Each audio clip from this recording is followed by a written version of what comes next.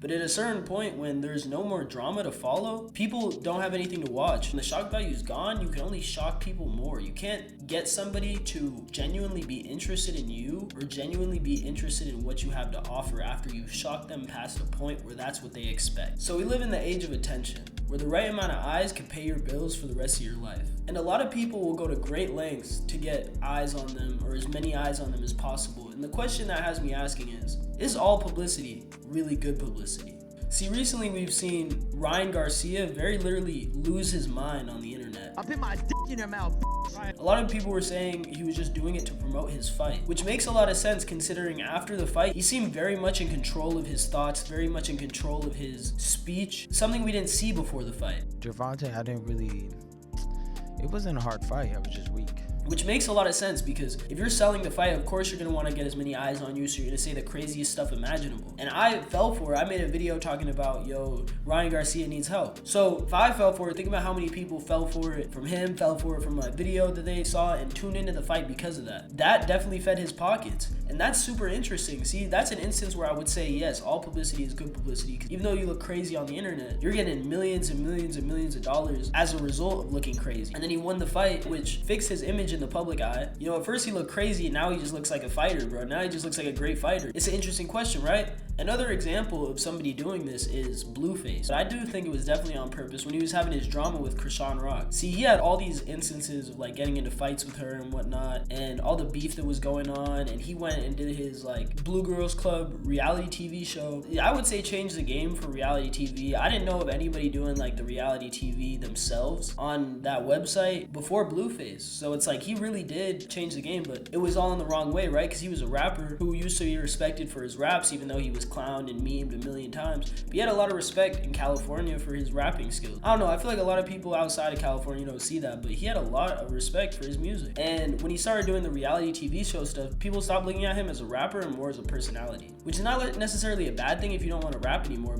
but he continued to make music with his baby mama and try to put on his various baby mamas as rappers. And these songs blew up, a lot of these songs. Stewie, yeah, I would say that's another instance where it worked because those songs were going viral. But at a certain point, when there's no more drama to follow, people don't have anything to watch. So the thing I want to focus on is when there's drama, all publicity is good publicity, but when the drama is gone, then it's a sharp fall off, and there's basically no way to get back without causing more drama. And here's a good example of this, right? Adam 22. Adam 22 came up off interviewing famous rappers. People loved his content, people loved his videos, people loved the podcast. I loved the podcast because it was genuinely a good podcast. But as time went on, he started to rely on fights, he started to rely on drama and messy stuff to get viewers. And because it was pulling in so many views, he just kept putting out more drama. And it blew up, man. He started bringing Sharp on, had him scream at women. He started putting Almighty Suspect in front of people he would want to beat up. He started putting Flacco in front of people who might want to beat him up.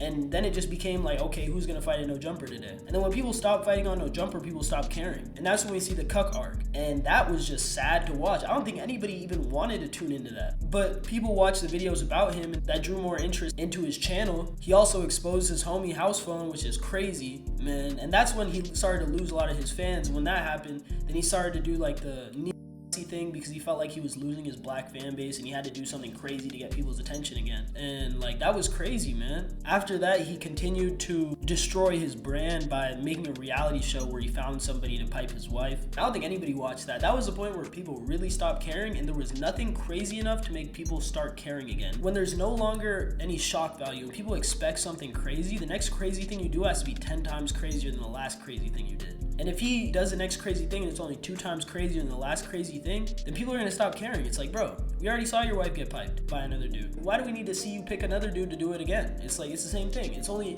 2 times as crazy, So then he had a great idea, right? He was gonna do something 5 times as crazy. And he announced a homosexual scene that he would be doing on his insert site here. And that was the thing that really blew people's mind. And I feel like that was the last thing he really could have done to get eyes on him. I remember Gokanaru made a video where he talked about Sneeko, how deep he was in the void of content creation, but not necessarily content creation, but more so streamer world is the way I explained it to myself, where it's everything is views, you're controlled by the chat, you're controlled by, in Adam's case, the Reddit, and you just do whatever you can possibly do to get as many views, to get as many eyes on you so you can collect the ad revenue and feed your ego. It's too crazy for anybody to even want to look at it. Bro, I didn't even want to make a video on it. I made a video on it and it did good. I didn't want to think about it, bro. Like, that's just crazy. Like, why would you do that for attention? That's my point, though. When you go to that point where there's no coming back, all you could do is do more stuff for attention. Now, here's another great example. Lil Mabu. Lil Mabu started off, I could never snitch. I don't think I've ever been in the car with my homies and somebody's played a Lil Mabu song. Everybody talks about him like he's a marketing genius, which is true because his shorts, TikToks, whatever, get millions and millions and millions of views. But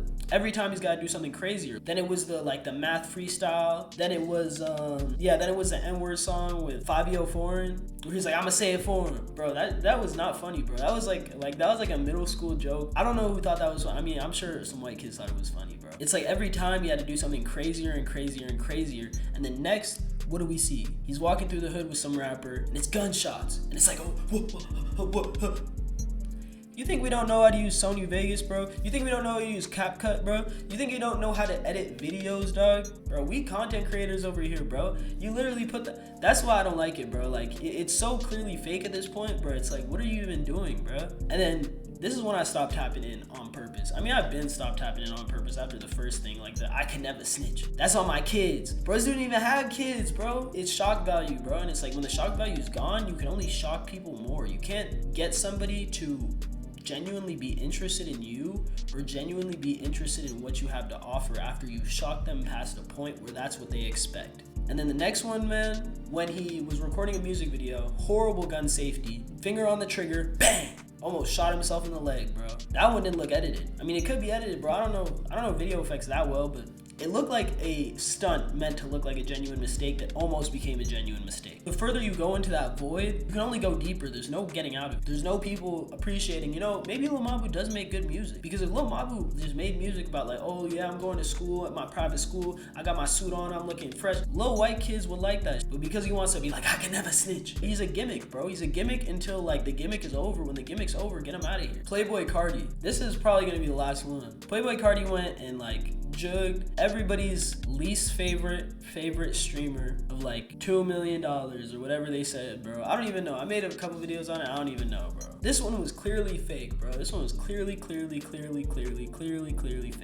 At least for Playboi Carti and for Aiden Ross, because everybody just like blew up, or not blew up, but was everywhere off of that situation. But the downside of that is, one, as an artist and somebody who sells their services for a living, if you look like you do bad business, especially on camera, people are gonna think twice about hiring you, even if it's fake. Even if you pull in so much money that it doesn't really matter. Damn, if I was a promoter, and even if I knew it was fake, I was like, oh, okay, like, let's hire Playboi Carti to promote. Ain't no way, bro. After he did that, bro, no way I'm paying him to do anything, bro. No way you could ever, like, see me give that dude money. Same thing with DaBaby. It's like huge publicity stunts. I feel like it's two sides of a different coin, right? I feel like with rappers in general, it's a great publicity. Like with Playboi Carti, it made him look exactly how Playboi Carti wants to look, even though for a minute it ruined his aura, and then he posted the thong picture. That's the craziest part. He posted the thong picture to get his name back in the headlines. Bad publicity is good publicity. Now people are talking about him again, and they changed the subject. So instead of thinking like, yo, Playboi Carti's a bad guy for a whole week, you're thinking Playboi Carti's a bad guy for 3 days, and then it's like Playboi Carti's weird for 4 more. You feel what I'm saying? So it's like, as long as we're talking about him, he's making money. And as a rapper, especially a rapper who doesn't portray himself to be a good person, doesn't portray himself to be someone you want to hang around at all, really,